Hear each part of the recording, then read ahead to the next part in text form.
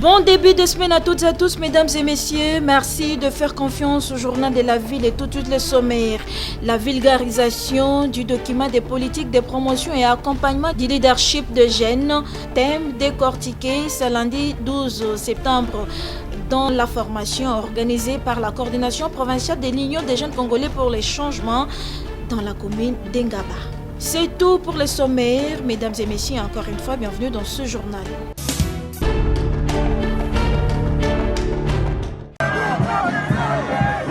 C'est une entrée triomphale de la ministre près le président de la République, Nana Manouanina, et le directeur général de la Société nationale d'électricité, SNEL SA, Jean Bosco Kayombo Kayan.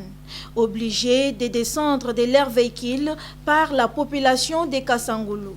Les chants et ovations ont accompagné la marche de ces deux personnalités ce samedi 9 septembre 2022. Tout Kassangoulou s'est donné rendez-vous sur la nationale numéro 1 afin de témoigner sa gratitude au chef de l'État Félix Antoine Tshisekedi Tshilombo pour le don du nouveau transformateur d'une capacité de 5 MW destiné à apporter plus d'énergie en plus de celui de 3.5 qui peine à répondre aux besoins du territoire tout entier. Ces dons fait suite à la demande de la société civile de Kassangoulou adressée au chef de l'État par l'entremise de Nana Manouanina, ministre près le chef de l'État, qui a transmis au directeur général de la SNEL les injonctions du chef de l'État afin de trouver des solutions pour Kassangoulou dans le meilleur délai. Après les discours des circonstances, l'assistance a fait le déplacement du poste de Kassangoulou où la ministre a débâché le nouveau transformateur avant sa bénédiction par les chefs coutumiers. La ministre près le président de la République donne ici le sens de cet événement. Je ne suis qu'une personne envoyée par son Excellence, Monsieur le Président de la République, chef de l'État, Félix Antoine Tshisekedi Tshilombo, pour déposer les transformateurs. À la population, je dirais qu'ils étaient en difficulté. Ils ont su poser les problèmes au bon moment, à un bon endroit. Le chef de l'État a écouté et il a envoyé la solution. Alors, je reviens sur ce que les prédécesseurs ont dit. La collaboration avec la Société nationale d'électricité SNEL a été exemplaire. La SNEL accompagne efficacement la vision du chef de l'État. Tout à l'heure, j'étais en train de saluer la promptitude du DG quand nous l'avons saisi pour poser les problèmes. Voilà que ça n'a pas pris beaucoup de temps et la solution a été trouvée. Je pense que nous resterons en collaboration parce qu'il y a les enfants du président de la République partout qui pleurent. Avec ces moyens de bord, tant que ça sera possible, le DG sera toujours là, je l'espère, pour répondre aux besoins de la population. La SNEL reste l'outil par excellence pour le secteur de l'énergie en République démocratique du Congo, Dixit Jean Bosco Kayombo Kayan. Maintenant, on va mettre des compteurs. Le compteur donnera la facture qui correspond à la consommation réelle de chaque client. Donc, chaque client lui-même va gérer sa facture. Il doit éteindre les lampes, utiliser des lampes économiques pour réduire sa facture. Parce qu'actuellement, les gens mettent des projecteurs de 1000 watts qui s'allument 24 heures sur 24. Et quand la facture forfaitaire arrive, ils se plaignent. Mais quand il aura son compteur, lui-même, il va même commencer à biper le courant. Donc, à utiliser l'électricité en fonction de sa poche. Dans un avenir proche, un transformateur de 15 MW sera installé à Kassangoulou dans le but de stabiliser la desserte dans ces territoires.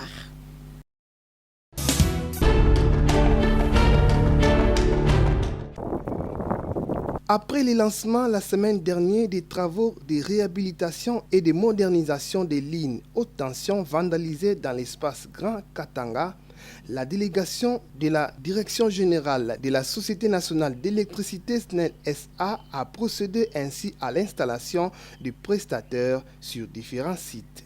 Il s'agit notamment de Likasi à Panda jusqu'à Fungurume. Ces travaux sont réalisés en comité technique mixte avec l'accompagnement de la cellule des communications SNEL. Cette étape du projet permet également aux experts d'arriver à dénicher les difficultés sur terrain et trouver ensemble les voies de sortie afin de faciliter la tâche aux contractants, indique Gabi Malonda, directeur des transports CID. C'est depuis mercredi que nous avions commencé à installer les entrepreneurs qui doivent moderniser, réhabiliter nos lignes en cuivre qui ont été vandalisées. Donc le mercredi, on était sur l'axe Lubumbashi-Likasi. Présentement, depuis hier, on est sur l'axe Likasi-Fungurume.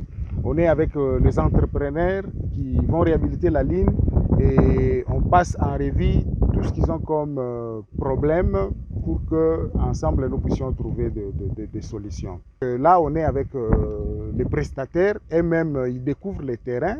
Tout ce qu'ils ont comme difficulté, ils sont en train de nous donner ça et nous, au niveau du comité technique, on va voir pour trouver la solution. C'est vraiment une belle méthode qu'on a adoptée pour faire ce travail. Donc nous sommes vraiment obligés de rester dans les délais qu'on a donnés de 260 jours pour terminer ce travail. Bon, on sait que bientôt là, ce sera la saison des pluies, mais c'est pourquoi dès maintenant, on a déjà démarré pour que la saison de pluie ne puisse pas trop nous déranger. Toutes les parties sont en train de travailler en franche collaboration pour atteindre l'objectif poursuivi.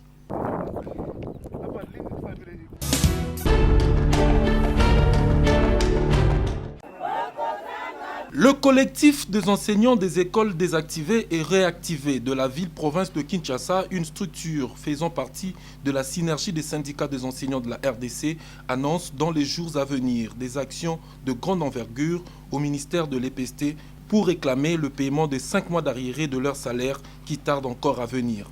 Nous sommes bien préparés. Jusqu'à la dernière énergie, nous allons réclamer nos 5 mois d'arriérés de salaire. Nous ne pouvons pas permettre que vous désactivez une école et sur de base de quoi vous avez réactivé cette école. Nous martelons seulement que bientôt là, nous allons faire une descente pour réclamer nos 5 mois d'arriérés au niveau du ministère de l'EPST. Faute de quoi, nous allons dormir comme nous avons fait la fois passée au mois de décembre. Ils nous connaissent. Ils connaissent notre force. Nous demandons au ministre de l'EPST de nous payer nos 5 mois d'arrière de salaire. Trop c'est trop, affirment ces enseignants qui ne savent plus à quel sens se vouer après avoir sollicité plusieurs fois l'implication du chef de l'État. Visiblement, prendre d'assaut le ministère à travers des manifestations reste la seule option pour ces professionnels de la CRE, alors que le gouvernement de la République avait promis d'honorer son engagement. Le pouvoir doit faire en sorte que toutes ces écoles puissent réhabiliter. C'est le rôle du pouvoir en place. C'est comme ça que nous demandons au gouvernement congolais, au ministre de l'EPST, qui nous suivent maintenant. Après cette cérémonie, nous allons nous organiser pour réclamer nos arriérés, 5 mois d'arriérés de salaire. Pour rappel, c'est à l'issue de la cérémonie de réhabilitation et de reconstruction des écoles Ndingambote et Epé Bolingo dans la commune de Massina que le membre de ce collectif d'enseignants désactivés de juillet à novembre 2021 ont réitéré et réaffirmé leur volonté à ne rien lâcher jusqu'à ce qu'ils obtiennent gain de cause.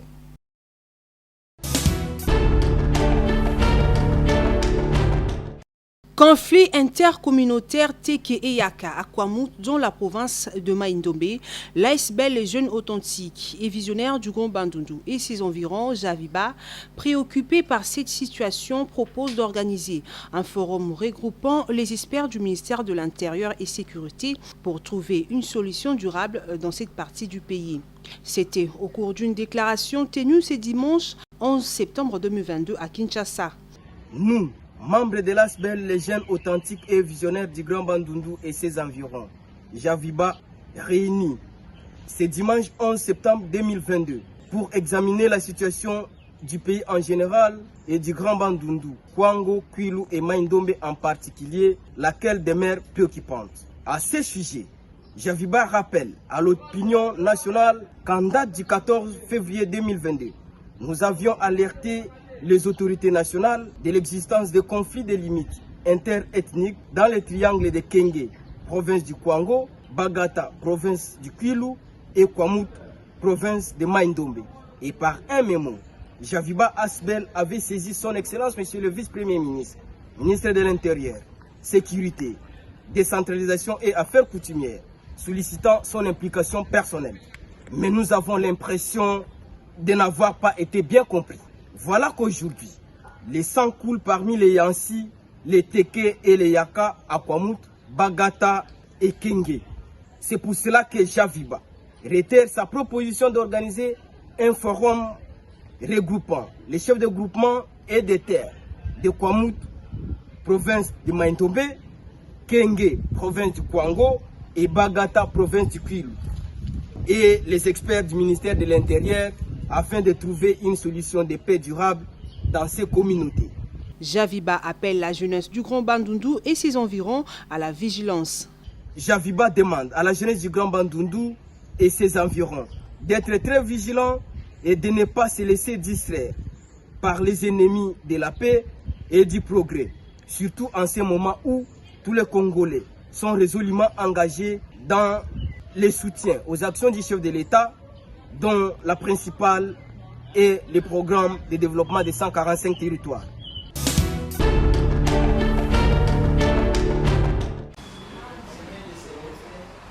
Les différentes structures de la commune d'Ingaba, formées par la coordination provinciale de l'Union des jeunes congolais pour les changements, pour la vulgarisation du document des politiques de promotion et accompagnement du leadership des jeunes, c'est lundi 12 septembre 2022.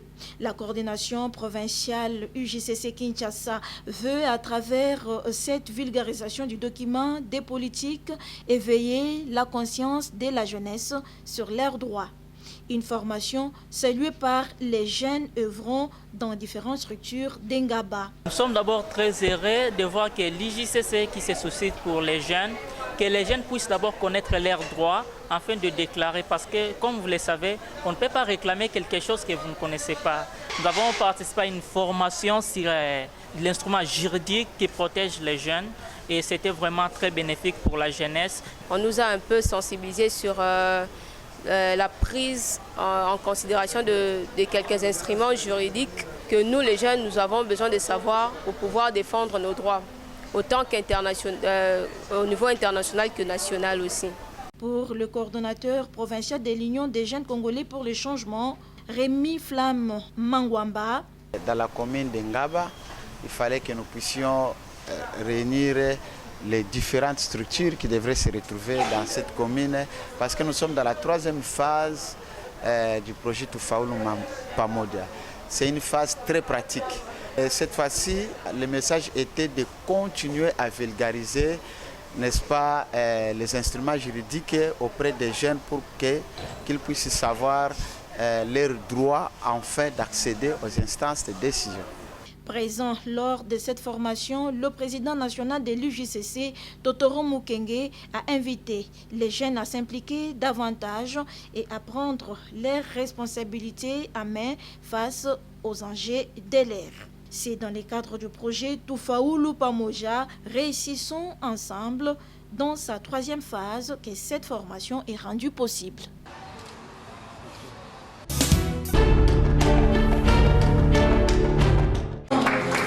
Après l'Assemblée générale élective du nouveau comité exécutif et du comité des sages au sein de la communauté Chinyaboguma, le comité exécutif sortant dirigé par Chantal Bachizi et le comité exécutif entrant dirigé par Joseph Kinzo ont procédé à la cérémonie de remise et reprise ce dimanche 11 septembre 2022. De même pour le comité des sages qui sera désormais dirigé par Alexis Kanyenye, cadre choisi Sultani Hotel. Une cérémonie qui s'est déroulée en présence des membres de la communauté Chinyaboguma, du bureau électoral, des sages et des invités des marques. Mais d'abord, les mots de bienvenue souhaités aux membres de la communauté, suivis du mot d'encouragement du comité exécutif et comité des sages, entrant et sortant, les rappels du fondement du grand ensemble Chinyaboguma, sa vision et ses objectifs poursuivis. Et juste après est venu le moment tant attendu celui de la remise et reprise entre la présidente sortante Chantal Bachizi et le président entrant Joseph Kinzo, à qui la canne, biens culturels et dossiers du bureau exécutif Tignobougouma ont été remis par la présidente sortante en ces termes. Avec ce goro de nos aïeux, hein, et voilà, de ces Kinzo, on vous transmet désormais la direction de notre association. On vous demande tout simplement de continuer, hein, et de faire encore mieux que ce que nous avons essayé de faire. Prenons la parole. Joseph Nkinzo, président du comité exécutif Tignobougouma, a remercié l'équipe sortante pour le travail abattu tout en promettant de travailler avec détermination afin de porter haut la voix des Bashi Bahavu. Avec conviction, je perçois ma fonction de président du Tignobougouma comme un service à rendre à ma communauté. Mieux encore, comme une brique que je dois porter à l'édifice afin que d'autres puissent un jour poursuivre sa construction, voire même son parachèvement. Nous nous attellerons à travailler avec détermination sur des axes qui pourraient être au besoin complétés par les Bashi Bahavu que vous êtes ici, selon vos desiderata en termes d'action et à réaliser au profit de notre communauté, les Tignobougouma. Remise et reprise au sein du comité exécutif Tignobougouma, un signal fort immortalisé par une photo des familles.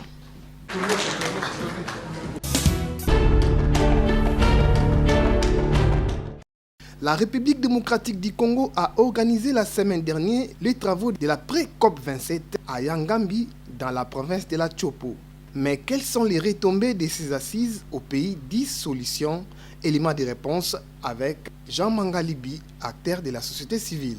On ne peut pas dire qu'on est la solution pour la planète, mais nous continuons dans les lamentations. Nous continuons à chercher à défendre. C'est là où le gouvernement doit changer le fusil d'épaule pour mieux accompagner les chefs. Parce que ce n'est pas normal. Nous sommes un pays solution, première réserve stratégique mondiale. Avec tout ce que nous avons, on n'est pas capable d'être debout. Ça, ce n'est pas une bonne politique. En sachant que si c'est aujourd'hui, on prépare 27e. 27e. Cela montre qu'il y a déjà eu 26. Si le 26, quelles a été les retombées par rapport à notre pays? Parce que je me souviens à l'époque où on était les deuxième réserve stratégique mondiale. Est-ce qu'on croit que ces gens-là, avec tout ce qu'ils nous promettent, ils seront en mesure? Non. Moi, actuellement, je me dis les problèmes, ce sont que des stratégies pour nous distraire. Parce qu'il est grand temps que le Congo, Madame Ève, comme elle est là, ministre, je crois qu'elle est le vice-premier ministre, et puis ministre de l'Environnement, même ce qu'il a comme fonction a été élevé. Ce qui veut dire qu'il doit accompagner les chefs avec des solutions locales. Quand nous allons voir qu'on est coincé, c'est à ce moment-là que nous allons voir comment. Mais il ne faut pas, dès le début, on n'a rien. Un pays solution qui va en position de faiblesse, à ce moment-là, quand le président va dire un mot, quand ces gens-là viendront, ils trouveront réellement que ce qu'il a dit sur le terrain, les choses sont en train de se matérialiser. Le président ne le dit pas pour qu'on devienne des mendiants. Il le dit pour que nous soyons conséquents face aux responsabilités que Dieu a fait dans notre pays, qui nous a donné par rapport à cette nation, de les diriger pour être la solution pour tous les problèmes que la planète a.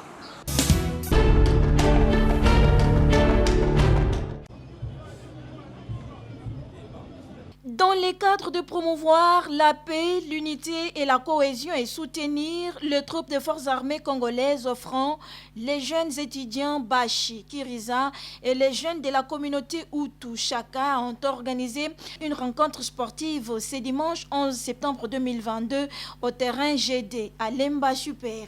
Sur terrain, les jeunes étudiants Bashi, Kiriza ont battu les jeunes de la communauté Hutu Chaka par un score étriqué de 6 buts à 0.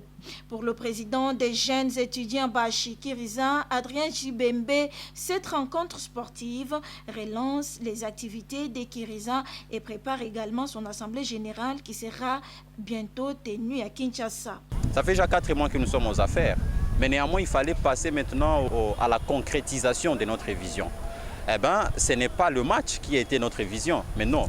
Le match s'inscrit dans l'ordre de la relance de nos activités, c'est-à-dire bientôt là nous préparons une assemblée générale. Néanmoins, pour faire la mobilisation et atteindre plus de masse possible, il fallait se réunir autour d'une activité sportive. Une rencontre saluée également par le président des jeunes étudiants Bahutu Chaka, vivant à Kinshasa, Joseph Machumu. On a trouvé que c'était important de mettre ensemble de grandes communautés à travers une journée de fraternité et d'amitié. Le score était effrayant, 6 à 0, mais au-delà de ça, il faut voir les liens d'amitié qui seront en train d'être noués à travers ce match. Présent pour apporter son soutien à cette rencontre, le président de la jeunesse ADN, Association pour le développement d'Engweshe, Justin Mouchagaloussa Burula, salue l'initiative. Dans le cadre de la solidarité, dans le cadre de la paix et le développement de notre pays et notre terroir, nous avons pensé que nous devons accompagner nos jeunes. Un signal fort que les jeunes lancent aux papas et aux politiciens, parce que nous, on n'a pas de problème entre nous et nous devons développer notre pays dans l'unité. C'est l'unité dans la diversité. C'est dans un climat serein que s'est clôturé ces matchs amicaux entre Kiriza et Hutu Chaka.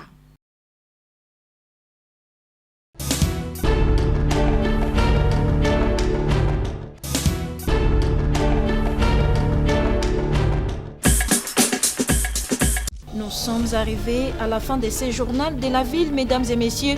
Merci de l'avoir suivi. Le prochain rendez-vous est fixé pour ce mardi avec le même plaisir.